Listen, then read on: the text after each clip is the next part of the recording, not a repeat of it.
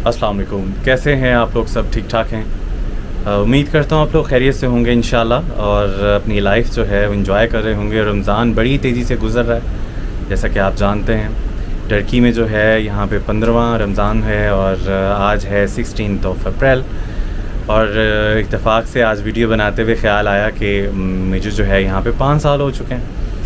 अब मैंने सोचा कि कुछ ख़ास होना चाहिए। ये 5 साल के अंदर मेरे बहुत से चाहने वाले, जानने वाले जो हैं वो मुंतज़िर होंगे कि कोई ऐसी इन्फॉर्मेशन वासिक दे इन 5 साल के अंदर कि इस दौरान में उसने क्या देखा, क्या पाया। और जो है आप लोगों के साथ ऑलरेडी शेयर कर चुका हूँ मैं कि तुर्कों के साथ कैसे मेरा जो टर्म्स हैं यहाँ पे, और यहाँ तुर्की को मैंने कैसे देखा। अब हमारे बहुत ज़्यादा लोग जो हैं पाकिस्तान से और मिडिल ईस्ट से, जो लोग टर्की आना चाहते हैं और टर्की आने का जो शौक़ रखते हैं बहुत सी कैटेगरी में, जैसे स्टडी हो गया, इसके अलावा टूरिज़म के हवाले से, बिज़नेस के हवाले से। तो मैंने कहा कि ज़रा संजीदा गुफ्तगू हो जाए आज। और इत्तेफाक ऐसा हुआ कि मेरे बहुत अच्छे चाहने वाले मेरे दोस्त जो हैं, उनका नाम तौसीफ़ है, मैं आपसे इंशाल्लाह तारुफ़ करवाऊँगा। उन्होंने हमारे एरिया में सफ़र किया, जैसे मैं अभी आपको बताया हुआ है कि त्राबज़ोन में हूँ मैं और वो इस्तांबुल में होता है। तो इत्तेफाक हुआ कि वो लोग जो हैं वो यहाँ पे आ रहे थे और उन्होंने रब्ता किया मेरे से, तो मुझे खुशी हुई और एकदम से ये भी ख्याल आ गया कि क्यों ना ये मौके का फ़ायदा उठाया जाए और जो हम लोग भलाई का इरादा रखते हैं उस मामले को जो है रमज़ान के महीने में और भी ज़्यादा अच्छे अंदाज में किया जाए। यानी मुख्तसरन कि मैं जो बात का सिलसिला जो है वो अब आगाज़ करता हूँ और मैं पहले आपको तारुफ़ करवाता हूँ और हमें ज़्यादा बेहतरीन होगा कि वो ख़ुद अपना तारुफ़ करवाएं। तो मैं मूव कर रहा हूँ उनकी तरफ। अस्सलाम वालेकुम जी, तौसीफ़ भाई कैसे हैं? वालेकुम अस्सलाम व रहमतुल्लाहि व बरकातहू। और शुक्र, मैं खैरियत से हूँ। सफ़र आपका कैसा गुज़रा? अल्लाह का शुक्र, सफ़र बहुत अच्छा गुज़रा माशाल्लाह। और अल्लाह को ये मुलाकात मंजूर थी, हम काफ़ी अरसे से मिलना चाह रहे थे। बिल्कुल। और आज एक ऐसा इत्तेफाक हुआ कि मैं भी इसी तरफ आया हुआ था, आपसे रब्ता हो गया। आपने बहुत ही खूबसूरत जगह पे हमें इनवाइट किया और मेरी इस तरह की जगह पे क़याम करना मेरी बहुत अरसे से ख्वाहिश थी। मेरे बिल्कुल सामने जो है वो आबशार बह रही है और बड़ा कुदरती खूबसूरत माहौल है और बहुत शुक्रिया वासिक भाई आपका। शुक्रिया तो क्या हमने करना, बस मैं कहता हूँ कि अल्लाह ताला ये हीले और वसीले बनाने वाला कि अल्लाह ताला ने जो है अगर यहाँ पे आपको बुलाया है तो यकीनन किसी इसके पीछे भी एक मकसद है।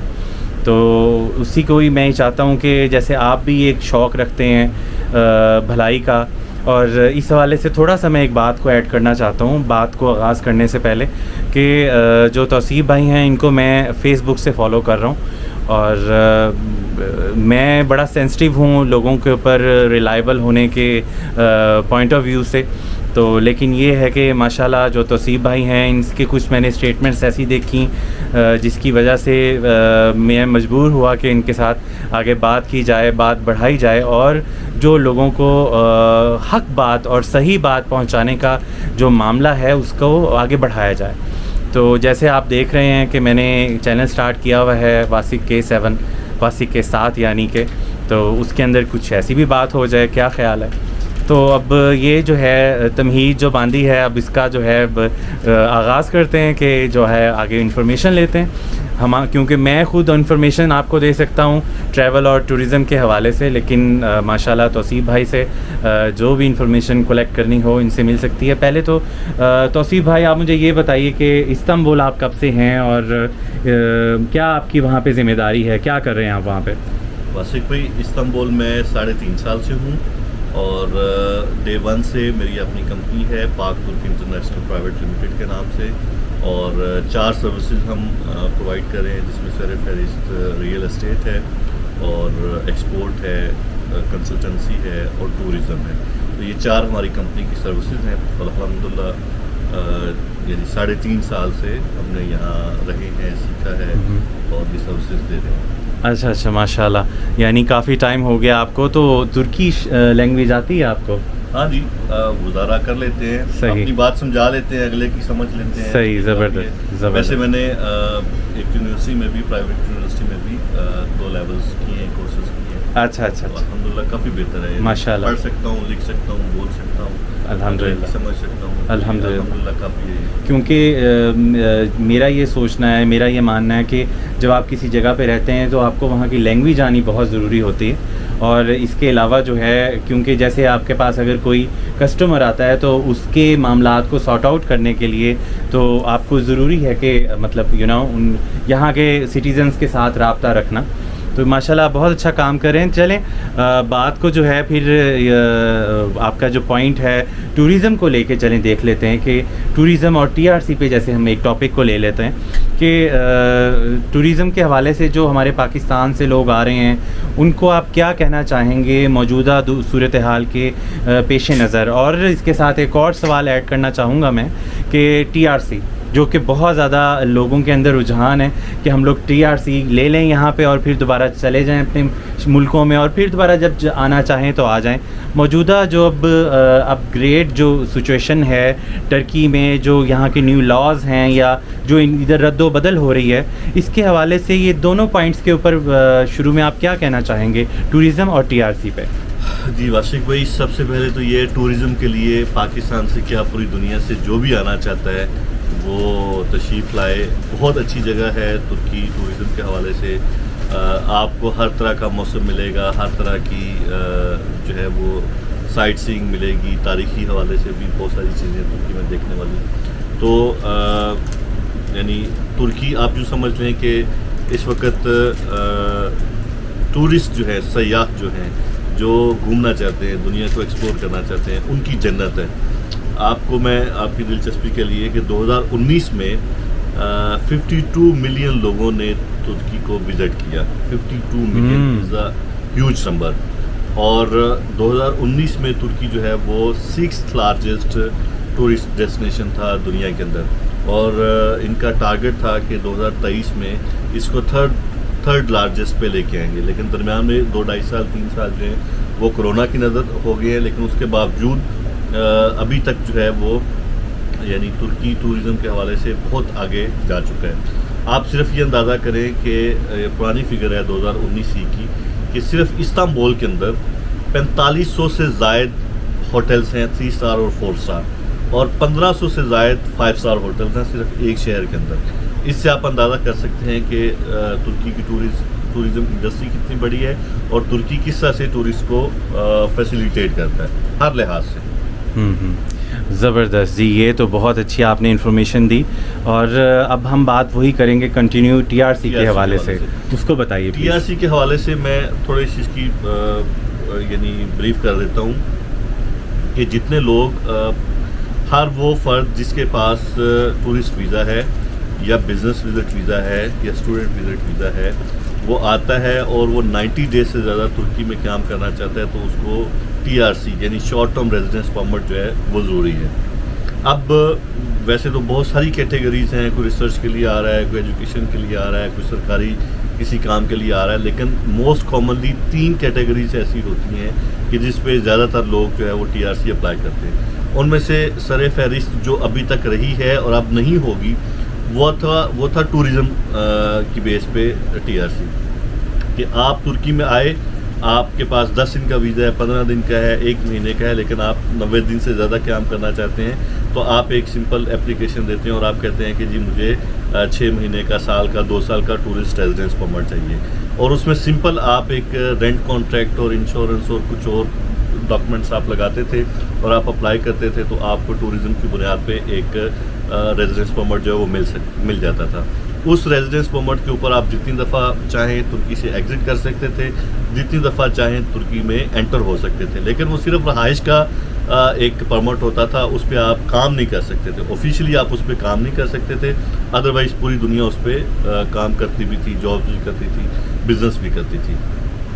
दूसरा बड़ा जो एक रीज़न था टीआरसी अप्लाई करने के लिए वो था बिज़नेस, यानी आप आए, चाहे आप बिज़नेस विज़िट पे आए, चाहे आप टूरिस्ट विज़िट पे आए, आके आपने यहाँ पे बिज़नेस रजिस्टर किया, कंपनी रजिस्टर की और आपने कहा कि अब चूँकि मैं यहाँ पे बिज़नेस स्टार्ट कर लिया है, बिज़नेस करना चाहता हूँ तो मुझे रेजिडेंस परमिट चाहिए। वो रेजिडेंस परमिट भी सिर्फ आपके लिए as a director of the company या ओनर ऑफ द कंपनी रहने की इजाज़त होती थी। अगर आप उसी अपनी कंपनी में भी عملاً کام کرنا چاہتے ہیں تو آپ کو اس کے لیے بھی ورک پرمٹ کی ضرورت ہوتی تھی. اور تیسری بڑی کیٹیگری جو یہاں پہ موجود تھی وہ تھا آپ کا پراپرٹی کی بنیاد پہ ٹی آر سی کی. یعنی آپ آئے اور آپ نے آ کے کوئی بھی پراپرٹی, کوئی اپارٹمنٹ, کوئی ایگریکلچرل پلیس, کوئی کمرشل پلیس, پراپرٹی جو ہے وہ آپ نے لی اور اس بیس پہ آپ نے کہا کہ آپ کو ٹی آر سی چاہیے اور وہ ٹی آر سی آپ کو مل جائے.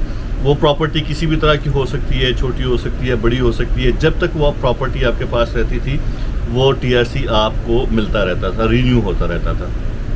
ابھی ریسنٹ جو سچویشن ہے اس کے اندر ہمارے سب سے زیادہ جو لوگ اپلائی کرتے تھے وہ کرتے تھے tourist T R C, tourism کی بنیاد پہ. اور اسی کو ٹرکش گورنمنٹ نے ابھی جو ہے وہ ری کنسائل کیا ہے, دوبارہ سے اس کو سوچا ہے اور اس کو تقریباً ختم ہی کرنے والے ہیں. یعنی ابھی تک یہ پچھلے عرصے میں آلموسٹ 99% کیسز جو ٹورزم بنیاد پہ اپلائی کیے گئے تھے وہ سارے ریجیکٹ ہو گئے. تو یوں تو یہ یعنی نئے آنے والوں کے لیے یہ ایک بات ہوگی کہ جب بھی وہ آئیں تو ابھی وہ یا تو بزنس کی بنیاد پہ پلان کریں یا پراپرٹی بائی کرنے کی بنیاد پہ پلان کریں. ٹورسٹ ریزیڈنس پرمٹ جو ہے اس کا فیوچر ختم ہو گیا. شروع میں انہوں نے تھوڑا سا اس کو ٹائٹ کیا, ڈاکومنٹیشن مشکل کر دی. جن لوگوں نے ڈاکومنٹیشن بھی کر دی ان کو انہوں نے دے بھی دیے, لیکن اب آ کے پچھلے مہینے 2 مہینے 3 مہینے کی جو کارکردگی ہے اس میں یہ ہے کہ آلموسٹ 99% کیسز جو ہیں وہ ریجیکٹڈ ہیں. ٹھیک ہے, ٹورسٹ ریزیڈنس پرمٹ کے حوالے سے.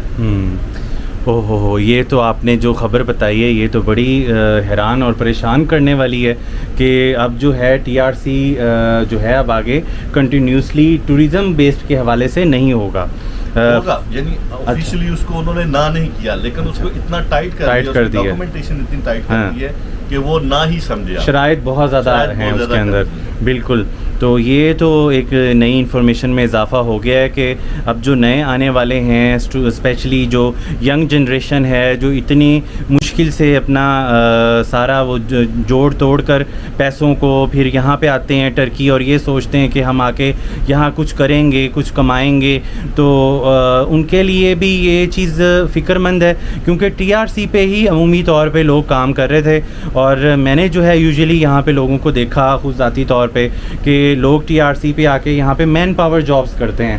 وائٹ کلر جابس بہت مشکل سے ملتی ہیں, بلکہ ناممکن ہی ہے کہ ٹی آر سی کے اوپر وائٹ کلر جاب ملنی ہو. تو ایسے لوگ جو سوری آپ کی بات کاٹ, نہیں کوئی ایسی, تھوڑا سا اس میں ایڈ کروں پلیز ایڈ کریں کہ سب سے پہلے تو جو بندہ ری سیٹلمنٹ کا سوچ رہا ہے, ری لوکیشن کا سوچ رہا ہے, ترکی میں آنا چاہتا ہے, تو وہ اس کو آنے سے بھی پہلے ویزا اپلائی کرنے سے ایون پہلے یہ سوچنا چاہیے کہ بھائی میں ترکی میں جا کے کروں گا کیا. ٹھیک ہے, یہ بات میں بھی اپنے فیس بک پہ ساری چیزیں بیان کر چکا ہوں کہ ترکی میں جاب کا سکوپ بالکل بھی نہیں ہے, یعنی نہ ہونے کے برابر ہے. جابز ہیں صحیح لیکن بہت مشکل ہیں, بہت کم ملتی ہیں. تو اس لیے جو بھی آ کے یہاں پہ جاب کے لیے سوچ رہے ہیں تو وہ جو سمجھ لے کہ لیبر کی جابز ہیں, اور لیبر کی جابس پہ بھی جو سیلری ہے وہ اتنی کم ہے, اور اوپر متصاد یہ کہ جو ہماری کرنسی ہے وہ اتنی دونوں ملکوں کی ڈی ویلیو ہو چکی ہے, پاکستان کی بھی اور ترکی بھی کی, کہ اس میں ایٹ دا اینڈ بچتا کچھ نہیں ہے. تو لیبر کر کے 12 گھنٹے جاب کر کے جو انکم ایک بندہ یہاں پہ جنریٹ کرتا ہے وہ آلموسٹ وہی ہے کہ جو اگر وہ پاکستان میں دل لگا کے کام کر لے تو پاکستان میں بھی اس کو وہی سیونگ وہی انکم مل سکتی ہے.